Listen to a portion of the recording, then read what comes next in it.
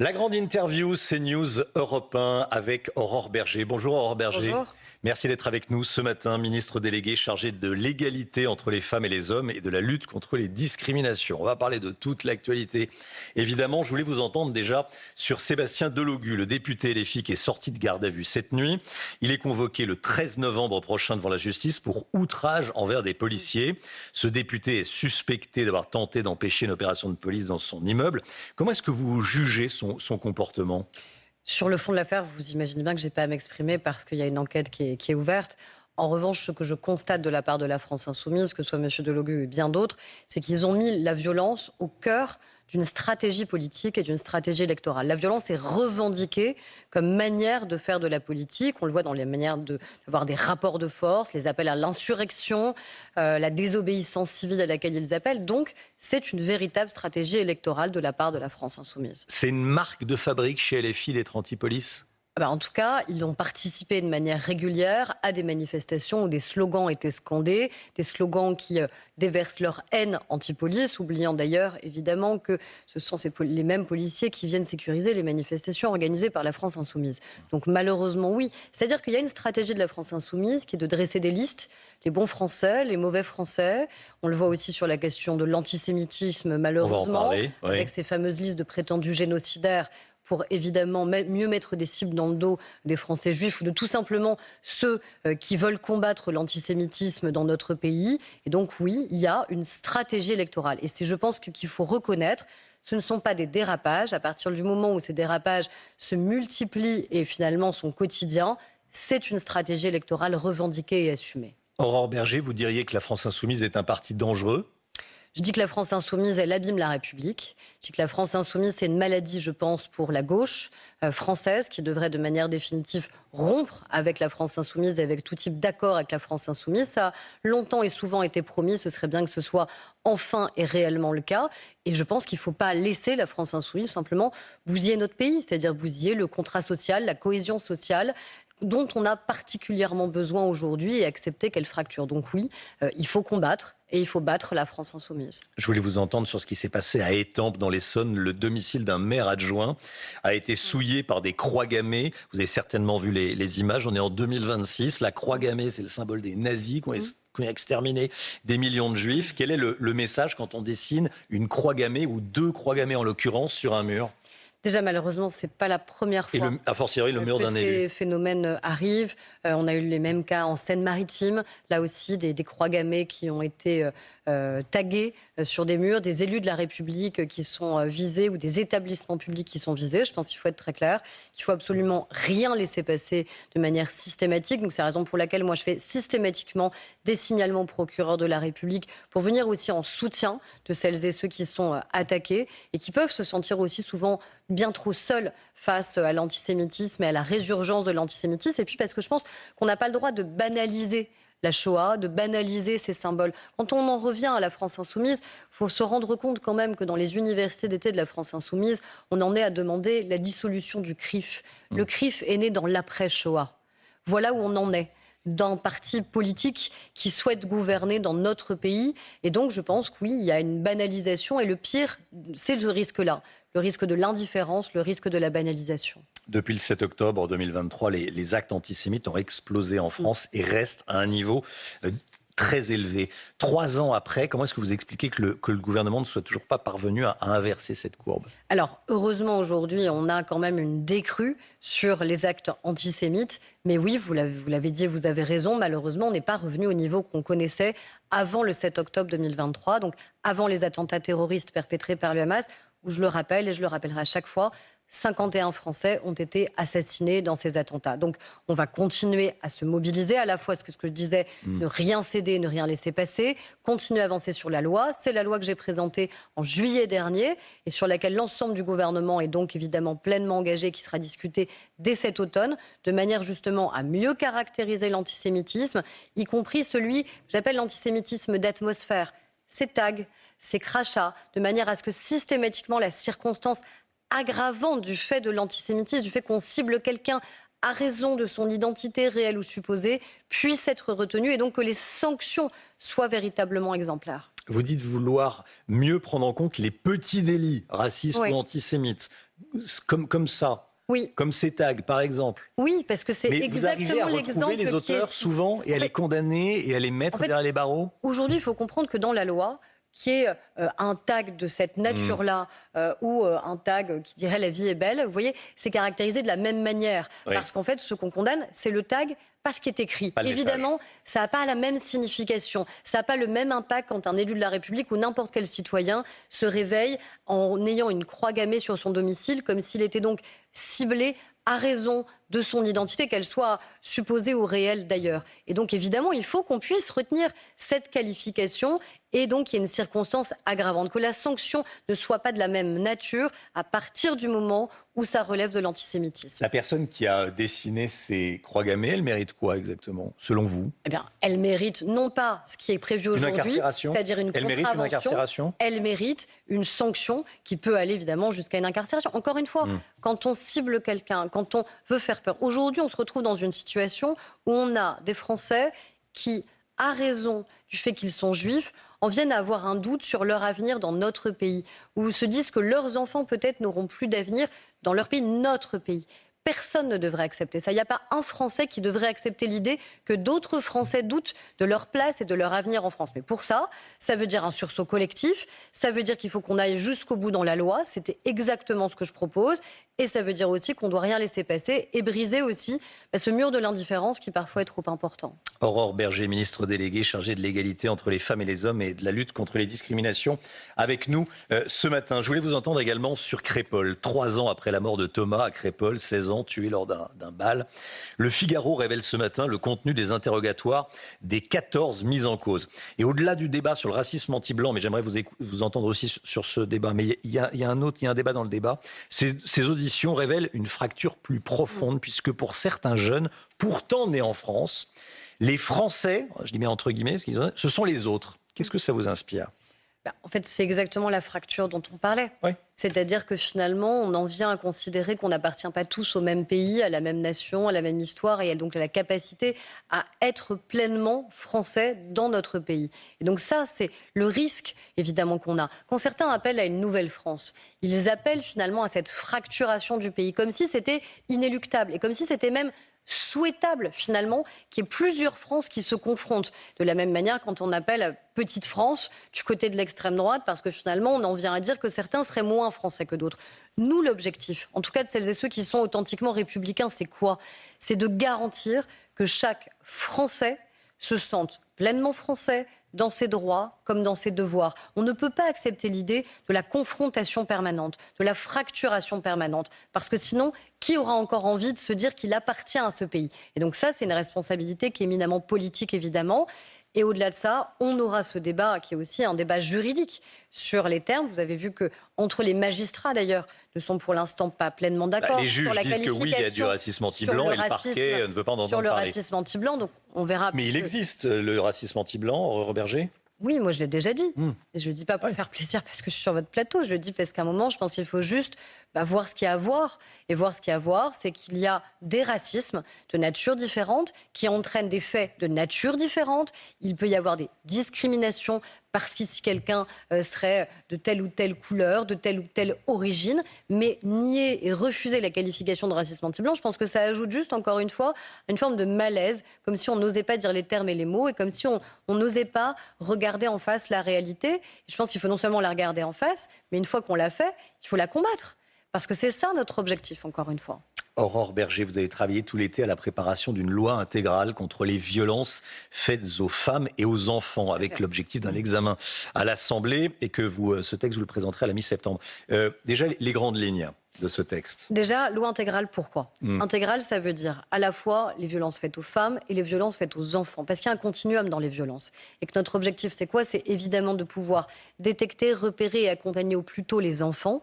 Parce que nous le savons sinon, il y a à la fois le fait de les protéger, évidemment, mais il y a le risque de répétition de ces violences. Qu'un enfant victime soit plus tard un adulte victime ou un adulte auteur de violence. Et qu'un enfant témoin peut également devenir un enfant violent. Évidemment, parce que quand vous grandissez dans une famille qui est une famille où la violence est le quotidien, pour vous, c'est normal. Là où vous grandissez, la règle qui vous est imposée est la normalité. Et donc, il faut pouvoir briser cette normalité quand il s'y passe évidemment des violences, notamment des violences sexuelles à l'encontre de nos enfants. Donc, intégrale de ce point de vue-là sur les publics.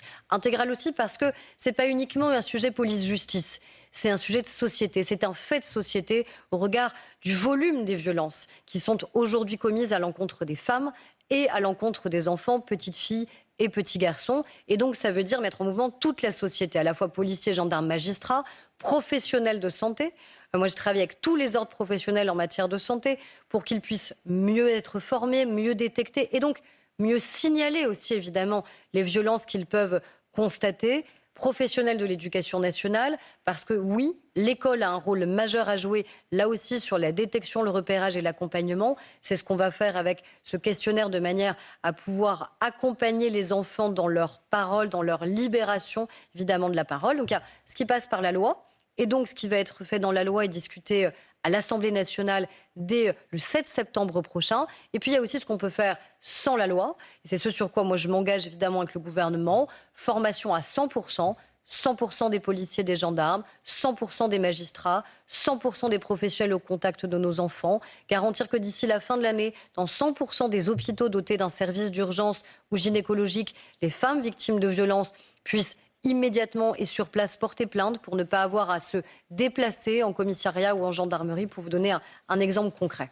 Aurore Berger, je voulais vous entendre également sur le périscolaire à Paris. Anne Hidalgo et Patrick Bloch, son adjoint, sont visés par 3 plaintes pour non-assistance à personne en danger dans le scandale du périscolaire parisien. C'est-à-dire des enfants agressés sexuellement, des tout petits, par des animateurs. Est-ce qu'il faut, selon vous, que l'ancienne maire de Paris et son adjoint rendent des comptes ?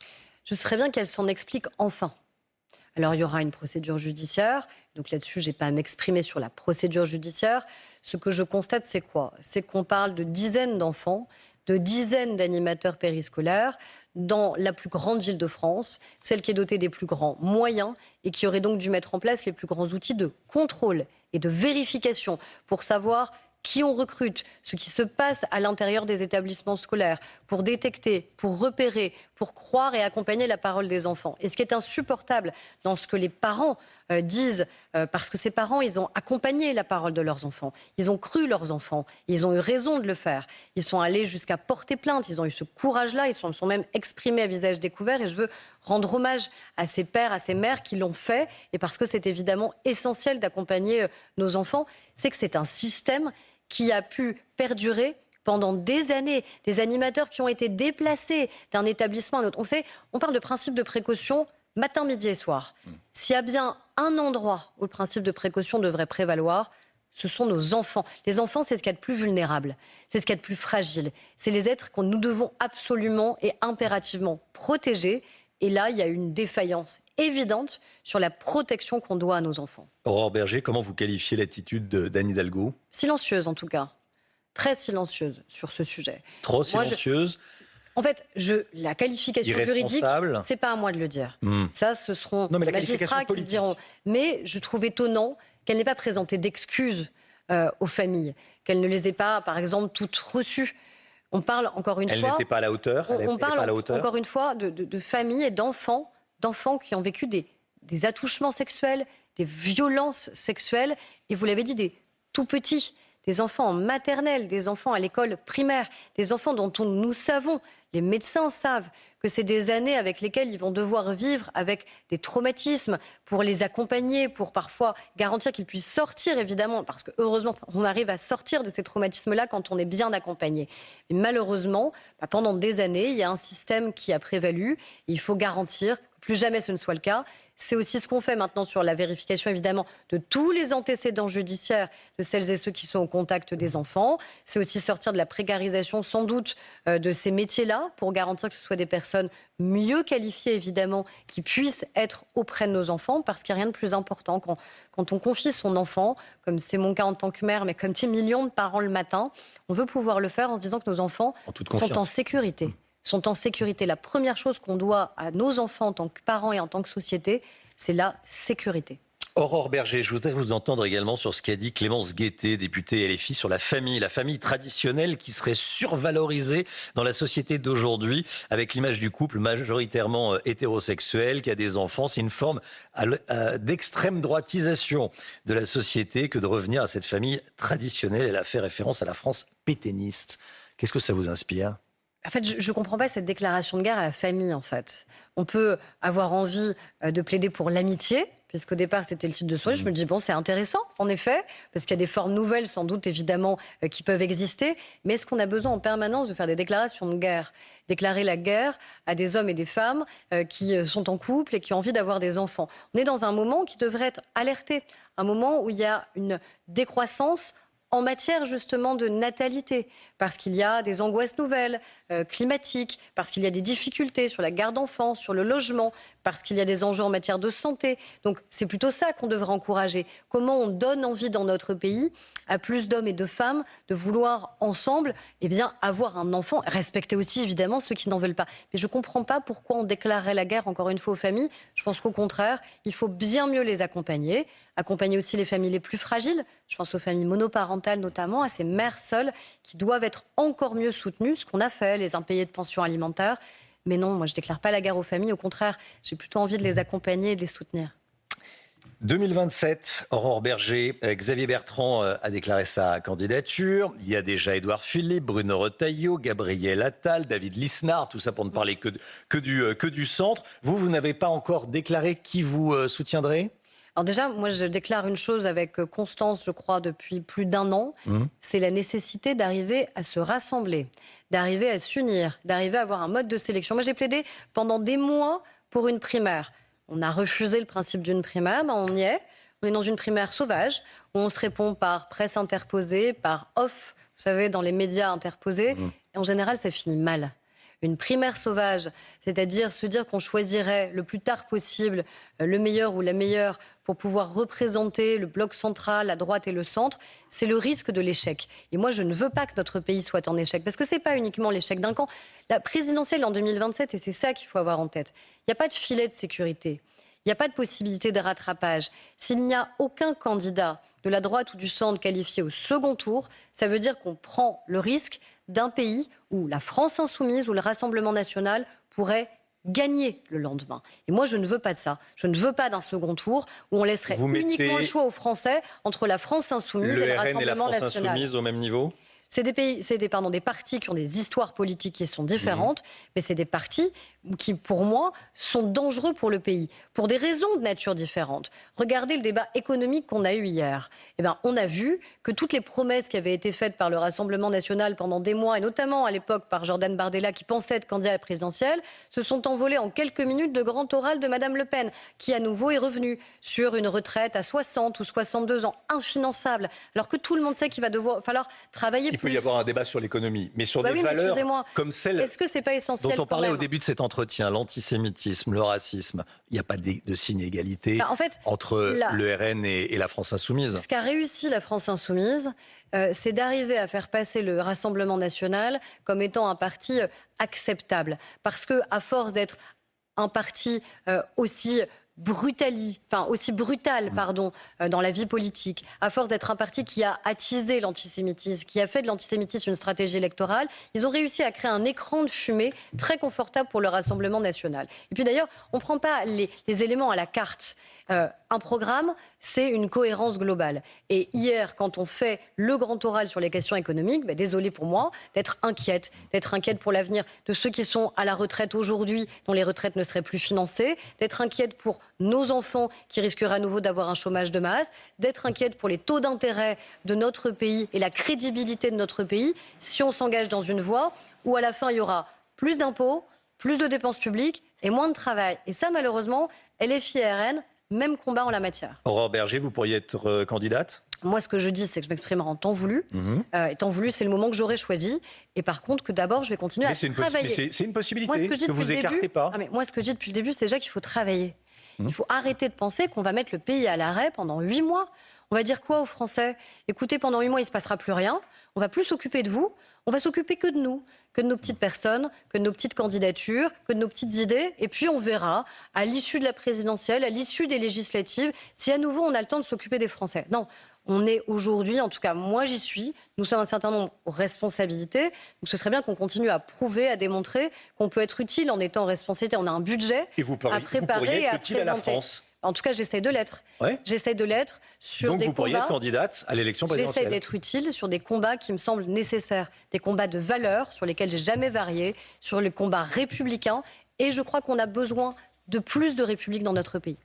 Aurore Bergé, ministre déléguée chargée de l'égalité entre les femmes et les hommes et de la lutte contre les discriminations, était l'invitée de la grande interview CNews Europe 1. Merci beaucoup, Madame la ministre. Bonne journée, à bientôt.